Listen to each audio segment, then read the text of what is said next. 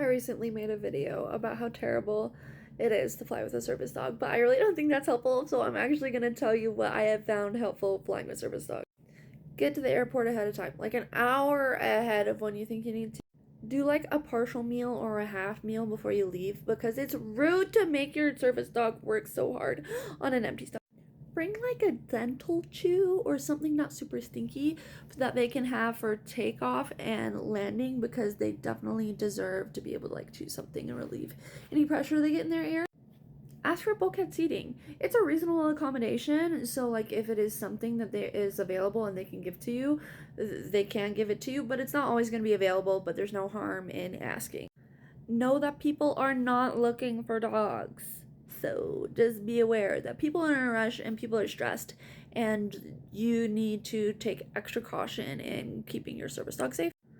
Usually, you have two options for going through security. You either strip your dog and have them go through the metal detector, or they will pat your service dog down with the gear on. I personally have a vest that has absolutely no metal on it.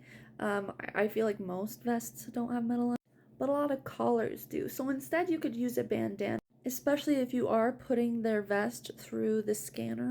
You may not have an ability to grip on your dog for a minute, and I think that that bandana has like an extra handle on your dog for any reason that you might need to move them or have them under control, which they need to be under control the entire time they're in the airport.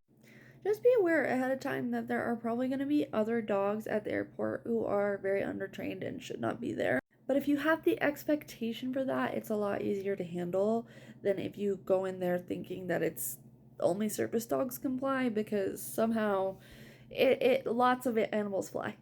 My last tip is give yourself and your service dog grace.